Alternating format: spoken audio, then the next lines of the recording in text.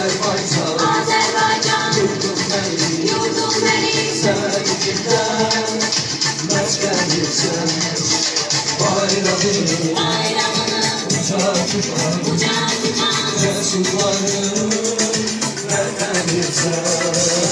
Aile yiğitler, aile biz yana, aile boşluğa, Aklımın sesine aile yiğitler, aile biz yana, aile boşluğa, hakkın yükseltine, aile boşluğa, hakkın sesine, vatan olur, bu vatanın eşiğinde hazırlayan vatan olur, vatan olur, buyur senden alsın ilham, vatan olur, vatan olur, güneşe var bir arzu çay, vatan olur, güler göster, buyur senden alsın ilham.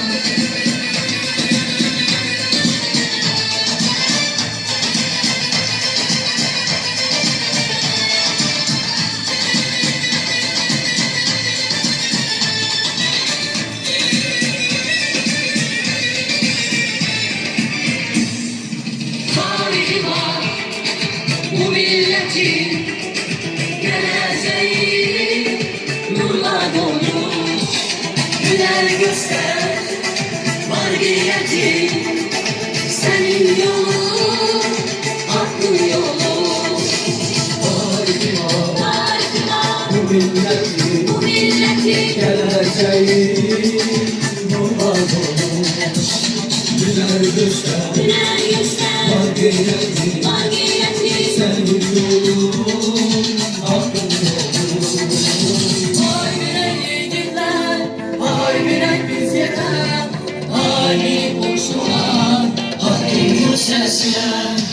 Ay birey yiğitler, ay birey biz yeter, ay boşluğa, hakkın sesine. Ay boşluğa, hakkın sesine, vatan olur, bu vatanın eşiğinde hazırlayan vatan olur, vatan olur, buyur senden alsın ilham, vatan olur, vatan olur, güneşe var bir arzu çal, vatan olur, güler göster, buyur senden alsın ilham.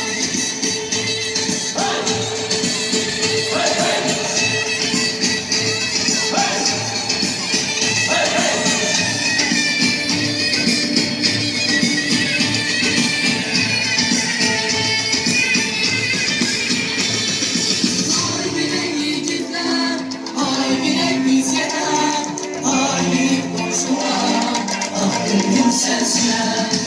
Ay birey yiğitler, ay birey biz yeter, ay boşluğa, hakkın sesine.